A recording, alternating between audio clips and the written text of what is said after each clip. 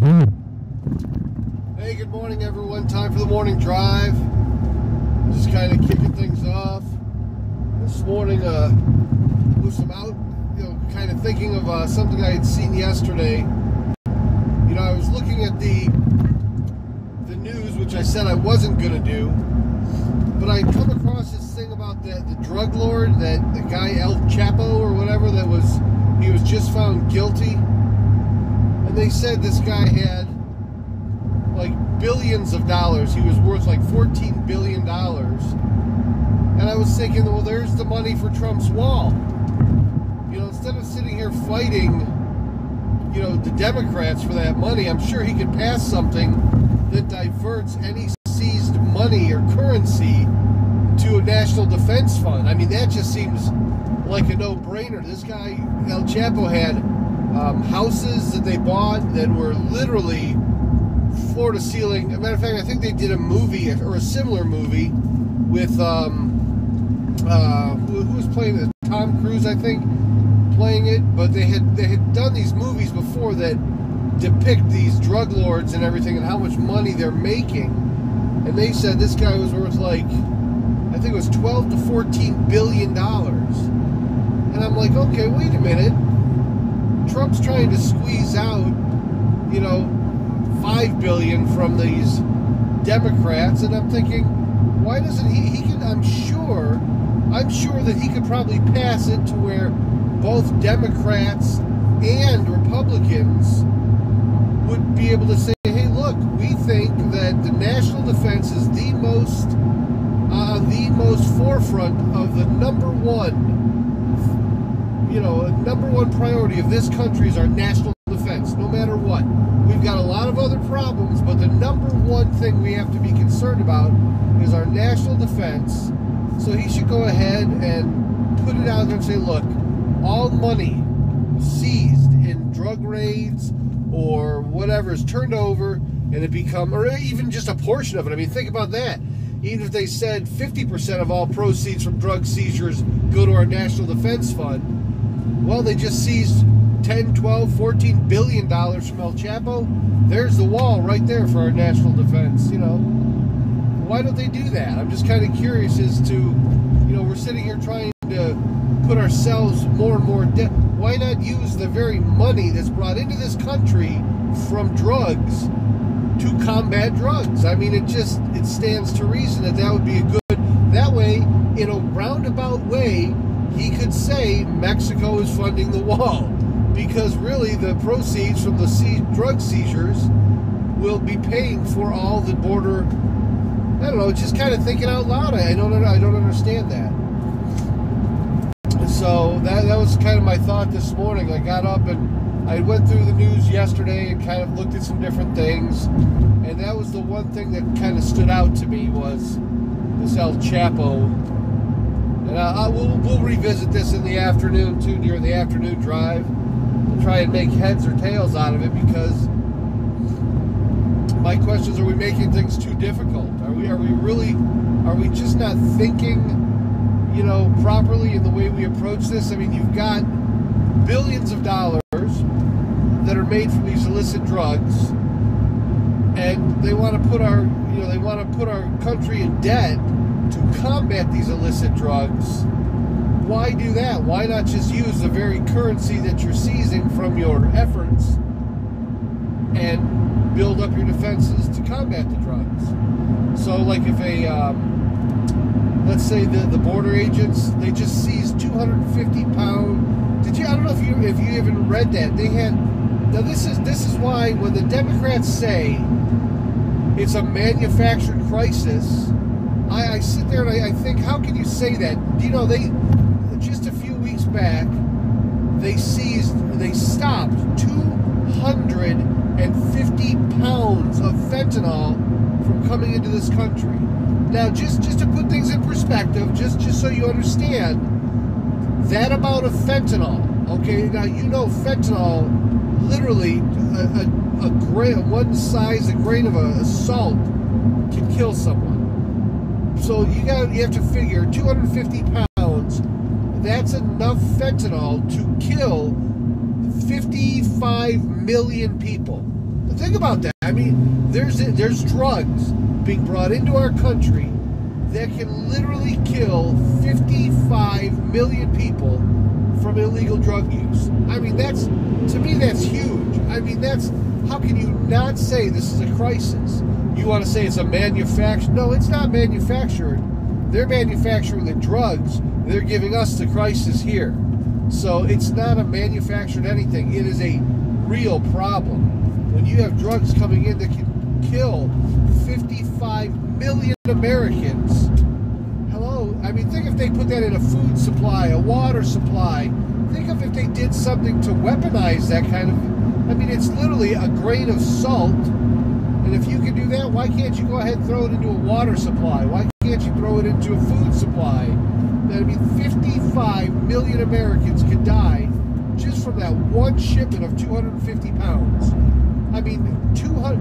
I weigh more than the drug shipment that they seized. And that drug shipment could kill 50 to 55 million Americans. What is wrong with these Democrats? They can't see that. And that's just one shipment.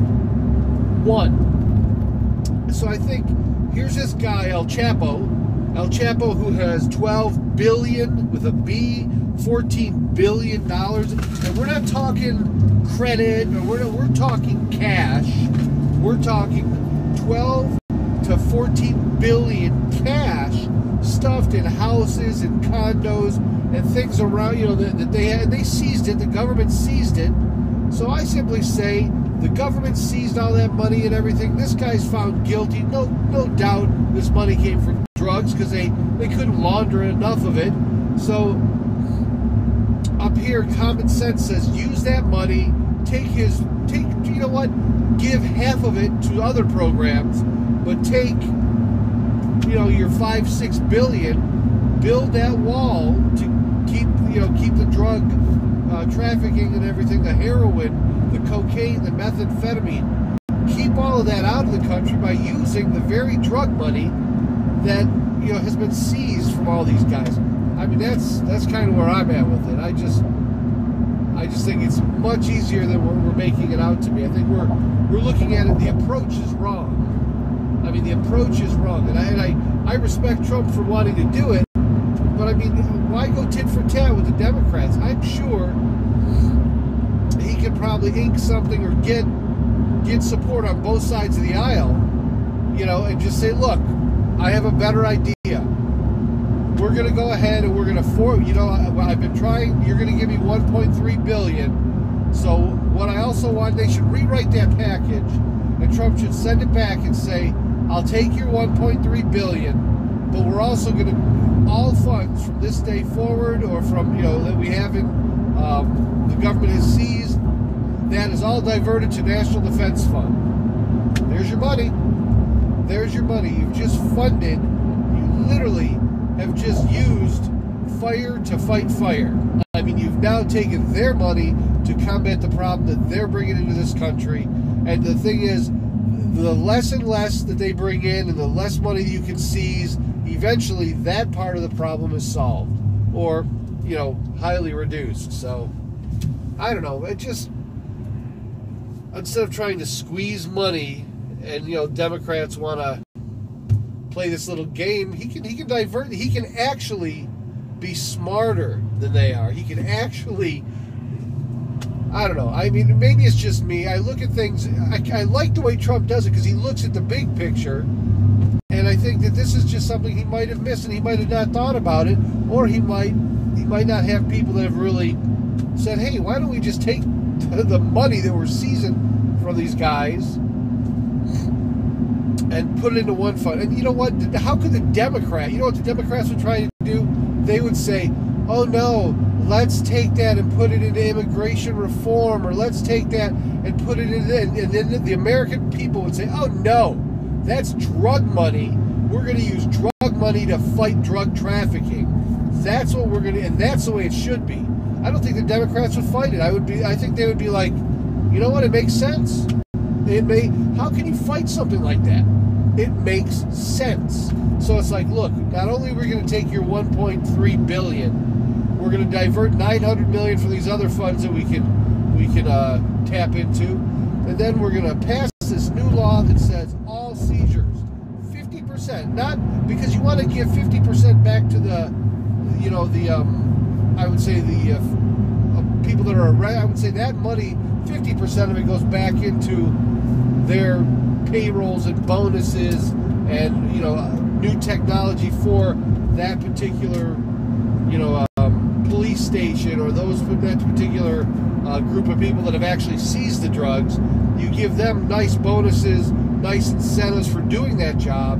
So 50% of that money goes to them and, you know, help the community, but the other 50% goes right to this government, and that's used to combat the drugs. Now maybe that's already in place, and if it is, I can't see where this wall is even an issue, because you just took billions of dollars away from this one drug lord.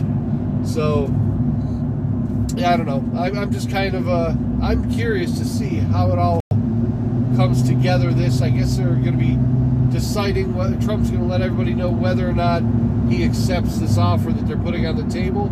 But I'm telling you, Mr. Trump, President Trump, take that money from the drug lords, take the money from the drug seizures, put into law, enact a law that says any drug seizures go into a national defense fund to be used to combat drugs. And they might even have that in place. Maybe that's already in place, but I can't imagine that it would be if they're not using that fund, that money to do this wall. I mean, it would be a no-brainer. Okay, we've got billions of dollars in there that we've seized, you know, from across the country. Yeah, I don't understand it. I mean, we're talking at every level. I mean, if you go in and do a bust in a community and you find $100,000, well, that's a $50,000 donation to the National Defense Fund.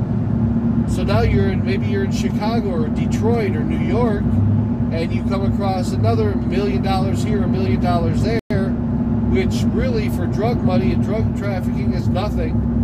But that's $500,000 to our National Defense Fund, $500,000 to the Build the Wall Fund, whatever you want to call it. Oh my God! God, you guys are killing me. We talked about it last night. I'm trying to stop using, though you called it to my attention, the ums and the ahs and the you know, the little pauses where I use filler words to fill those empty pauses, and I'm trying to stop it. It's driving me crazy now. Even when I talk, when I'm not streaming, I'm starting to use those again. I mean, I used them once upon a time. I used to do that, but since then I've tried to stop. I was very successful at it. Now it's kind of coming back. I've started doing the stream. Oh my God, guys, I'm so tired this morning. Oh, I didn't get to bed till after, I think it was like 1:40 when I laid down. And it's what, 6:24 now? Yeah, I laid down just a little, it was almost 2 o'clock. It was like 20 to 2 when I laid down. Time goes like that. It's just, last night I was going to do like a half-hour stream. Remember I said, hey, I'm going to do a half hour, and then we'll call it a day. I'm going to go do some homework, and all of a sudden it was almost like 2 hours later, whatever it was, and time just flew by. I think it was just shy of 2 hours. We got conversations, chit-chatting about stuff, and man, time flew. And then afterwards, I started watching some, you know, every now and then I'll come across something, and my wife started watching this series. I walked in, it was the first episode. Really? Jesus Christ. This guy's got a cut in front of me about 12 inches. So anyway, but she's watching this show, she's watching this show. No, she's watching a show, and it's got Kiefer Sutherland in it, where he is, it's called Designated Survivor, where he becomes the president after the, oh my God, man, after they blow up Congress and the president and the vice president. So Kiefer Sutherland is the designated survivor, and he's sworn in as president. So, but it was actually a pretty interesting series. I'm assuming it's hopefully more than one season, because it's actually not too bad. Of course, Kiefer Sutherland, I think he either had a lot of surgery or maybe he was in an accident or something, but he talks like this. He doesn't move it, he's very, he doesn't talk like, he doesn't, there's no inflection, there's no emotion in his, and maybe that's the character he's playing, I don't know, but kind of weird. But it was an interesting series, I will say that. So I started watching that, and then before I knew it, I looked up, and it was already so late in the morning, so early in the morning. So I blew, and I'm going to tell you guys, I'll be honest, I blew that diet I was on, or the not diet, I keep saying it's not a diet, it was simply a change of lifestyle. I was doing away with the sugars and the carbs, and last night I gave in to, of all things, pizza. My son orders a Chicago-style pizza and a thin crust pizza, and so I kind of got suckered into that, and I gave in and had a couple slices of pizza, which I blame on you. You know who you are. You know who you are, Mr. Pizza Guy. I blame you for that. So now I'm going to do I'm going to do a fast. I'm going to do a fast. Oh man, this is killing me. I'm going to do a fast today, tomorrow, and Friday, 3 days, to put myself back into that ketosis and get back where I started. I'm not going to give up. I'm not giving up. I'm going to go back to where I was. But I've gotten on the scale over the last few days, and my VA doctor says not to worry because I noticed my weight was going up. But he says, well, you're doing more walking, and muscle weighs more than fat, and blah, blah. He was giving me all these. But I'm only concerned about losing weight. I'm not into the building muscle thing, but he says it's a natural, it's kind of like the necessary evil to get healthy. You've got to lose the fat, build some muscle. Muscle weighs more than fat, he said. So I'm just was kind of bummed out that I was putting, the weight was going back up. This morning, as I said, I started at 305. I was 305 pounds when I started, and I started going down. I went as low, I believe, as 274, and now I'm back up to 285. So I was like, wait a minute, 10 pounds? I took off from 305, but now I'm only at 285. So I was kind of concerned, depressed about that, but it was explained to me muscle weighs more than fat. I still have to keep trying to keep with everything if I want to do this. So, but I am going to go ahead and do a fast for these next 3 days, just liquids. I'll do my Mountain Dew, some water, I'll stay hydrated, and after 3 days, my body should go back into ketosis, I'm hoping, and I should be able to get back on to where I was. But boy, I'll tell you, it really kind of not a good thing this morning when I get on the scale and I go, what's going on? So anyway, that was kind of my thoughts this morning. I got up with just a lot of different, it was hard to go to sleep. That's my biggest problem. When I lay down, I can't shut down mentally. It just, my brain keeps firing, and that's always been my problem, is I have to force myself to go to sleep. And the only way I can do it, I have to focus on my breathing. I have to take deep, audible breaths. I have to take deep breaths and let them out. Take deep breath, let it out. And I have to listen to myself doing this. But I can tell as soon as I start not getting enough sleep, I get congestion, my body starts to, and I can feel it. Then I know that's what it is. I know it's lack of sleep that's doing it.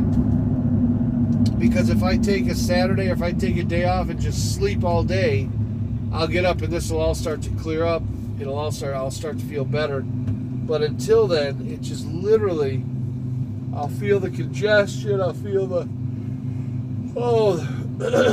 lethargy. I start to have to search for words or phrases, or I'll say things incorrectly because I know I'm exhausted. So I will, this evening, I will try my best to go to sleep at 10 o'clock. That's my goal, 10 o'clock. If I can lay down at 10, I can probably fall asleep by 11. And I know I'll be up again at about 3.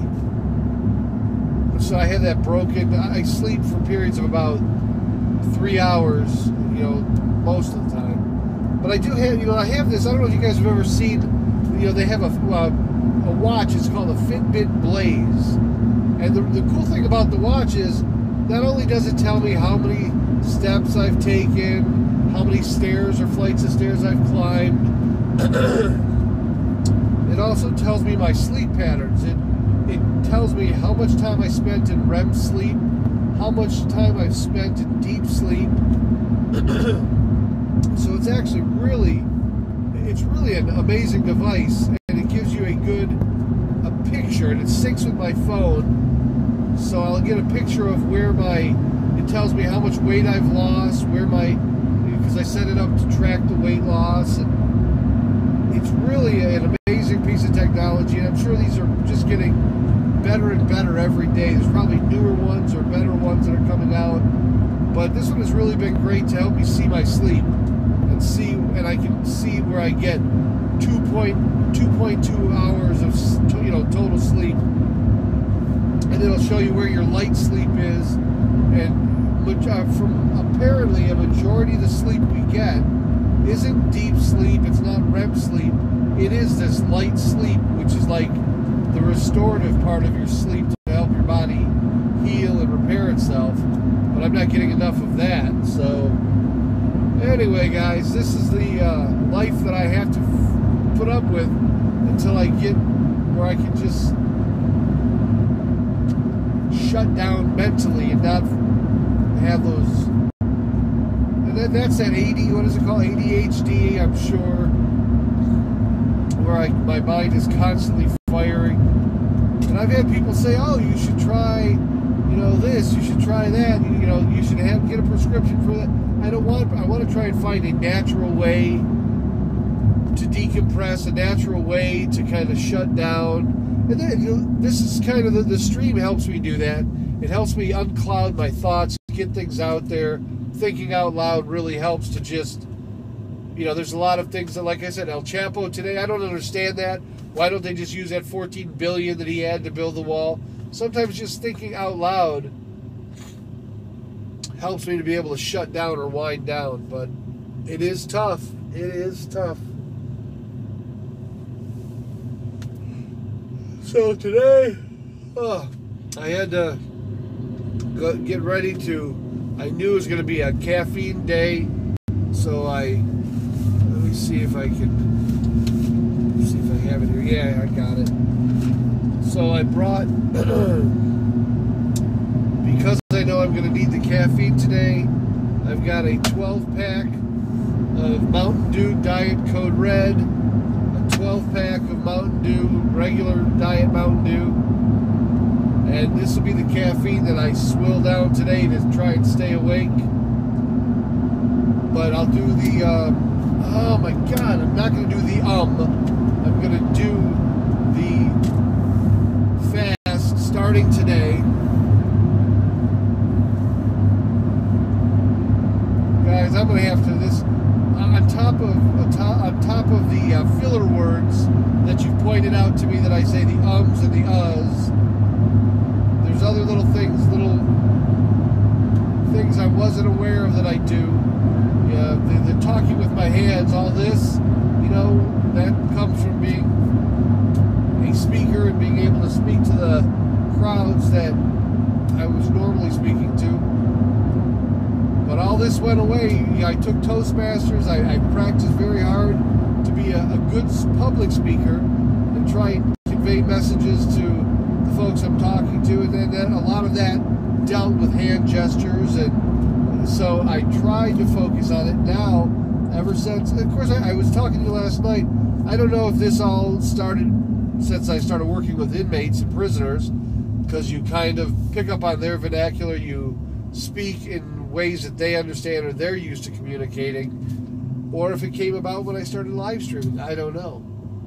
But I'm going to work on it. I'm going to stay on top of it. And you're more than welcome to catch me if you can and point it out to me on the stream, because I really, truly want to stop doing the things like those filler words most. First and foremost, those are what's really... It's better to have the pause. It's better to have the silence than to use a filler word just to have the sound going. So,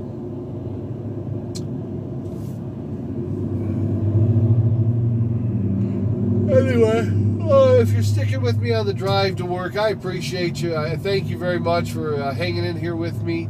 I will give the shameless plug. If you don't follow me on Twitch, please go to Twitch and follow me. Follow the POV America channel. I'd really love to make sure I get at least one new follower every time I stream. It's going to help me tremendously, because Twitch and Mixer and YouTube, they have these ridiculous requirements where you have to have so many followers before they'll allow you to, before they unlock some of these features, and they allow you to get monetized, things of that nature. And so every time I stream, if I can just pick up one follower, somebody that goes, you know what, I'll do this guy a solid, he's trying, he's doing the best he can, being a new streamer, and this is all I can do is try and get out there and be seen and have a regular stream that people can see. So hopefully you folks that are watching, and follow me on Twitch, follow me on YouTube, follow me on Mixer. Oh, and for those of you that are on Mixer, I forgot to tell you, I found out, stop it. I found out about Sparks. Sparks were these things that I had apparently been accumulating for streaming. They give them to you when you stream, apparently. So I have close to 500,000, and that one of you folks told me that's a lot. So I'm going to try and give some of those away on Friday if you want them. If you guys are on Mixer and you want some of these Sparks, let me know. I'll try and dump them to you and push you some of them so you can actually have them for whatever you need. They're of no value to me right now, but they're definitely worth giving for appreciation. If you're already monetized, or if you're already, you have a stream where you're a partner on Mixer, I think those Sparks will translate into currency, or into some kind of spendable currency. So if you want to collect them until you get that, I'll give you my 500,000 right off, or I think I had 300-something thousand. So I'll give those to you to put in your bank account, or put in your collection. Kind of pay it forward. We didn't stop at McDonald's. We were going to stop at McDonald's and see Mallory this morning and get my Coca-Cola, my Diet Coke for breakfast. But with all the Mountain Dew I have, I figure there's no sense. I buy this super huge Diet Coke every morning, and I drink about this much of it, and then I throw it out. So I didn't want to do that this morning.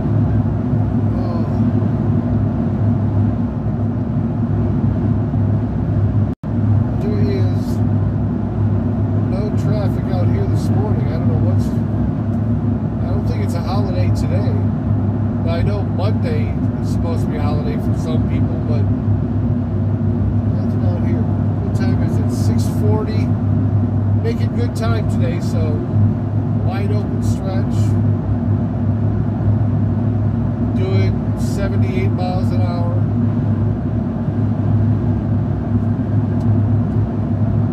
I should probably slow down. Yeah, let me slow things down here, because I didn't realize I was going that fast. Well, the speed limit's 55. You don't want to do more than 65. So you definitely don't want to do 78. Just kind of slow down.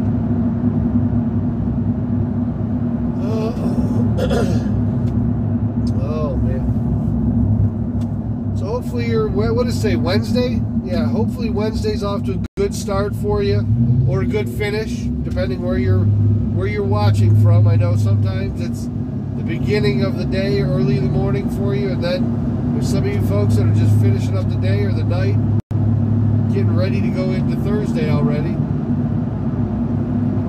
Oh. Tired. So let me think.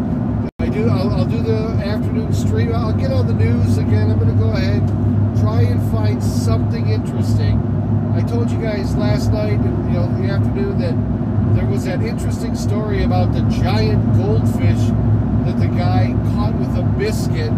So that was what was newsworthy yesterday. That was actually a news story that some genius decided made a good story, that this guy caught a goldfish with a biscuit. I couldn't make this up if I tried. So I'm going to try and find something more interesting today. I was going to start. You know what I was actually going to do? I was going to start a conspiracy theory or a story that hopefully would be like go viral. Totally fake. I was working on it, thinking about it last night. I was going to see how many people would be gullible enough to believe that a spaceship had crashed in Wisconsin, and I was going through this whole. There's a old movie called Starman. It has Jeff Bridges, and I was gonna start feeding that storyline back and say, yeah, the spaceship, I guess we'll call it, but we'll say, yeah, there was a meteor that crashed in Chemagawin Bay in Wisconsin, and they were tracking it, but it changed courses and came down, and I was going to start this whole little scenario and see how many people would be able to know that it was all BS and go, no, that didn't happen. No, there's an alien. They think that this life form was actually out in the, but then I was like, you know what?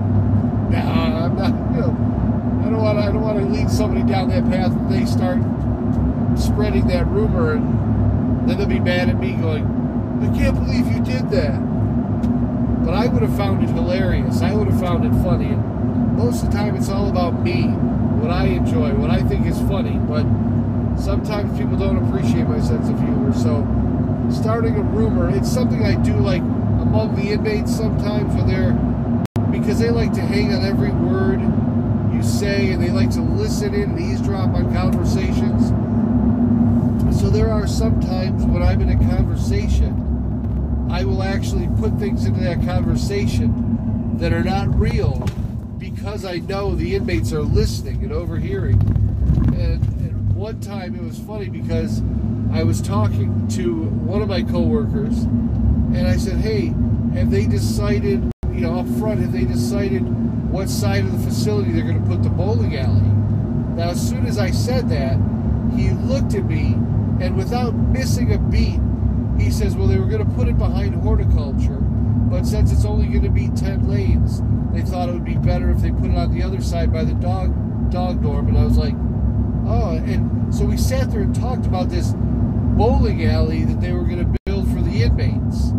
It was awesome. Within 2 days, it had spread like wildfire, and we never said, we were just talking to each other, BSing, and he just kind of picked up on my lead. But boy, the inmate, it went around, and they kept asking him about it. Hey, Mr. Johnson, have you heard about this bowling alley? Have you heard about this? And I said, that's ridiculous. Why would they ever put a bowling alley here? Oh, we know they're going to. We know it's a surprise, and they're trying to keep it under. And I was like, that is ridiculous. You guys aren't going to get a bowling alley, So we would deny everything because, of course, it was true. There was no bowling alley. It was that one inmate that had started the rumor with everybody else. And so finally, after about 2-3 days, I came out and basically I told him, I says, no, that might have been a rumor in the bowling alley. And I says, well, they are going to consider putting in a food like that. And then a lot of them were like, no. Dry. see you this afternoon for sure at about 3:30ish. And then I will see you tonight, 7 o'clock. I don't have class, I don't believe. So I'll see you tonight. Definitely if I can get home a little early, I'll take a nap. But have a great Wednesday, and I will see you tonight and have a show that we can try and find something interesting in the news today to talk about. But I still say my El Chapo idea is a good one. Take the drug money, use the drug money to fight drugs. Fight fire with fire. That's what I say. Alright, boy, I guess am I early? No, 10 minutes. A little early. Oh my gosh. Oh. Man, I took an ice cold shower this morning thinking it would wake me up, and you know what? It didn't. It didn't wake me up at all. Oh, this guys.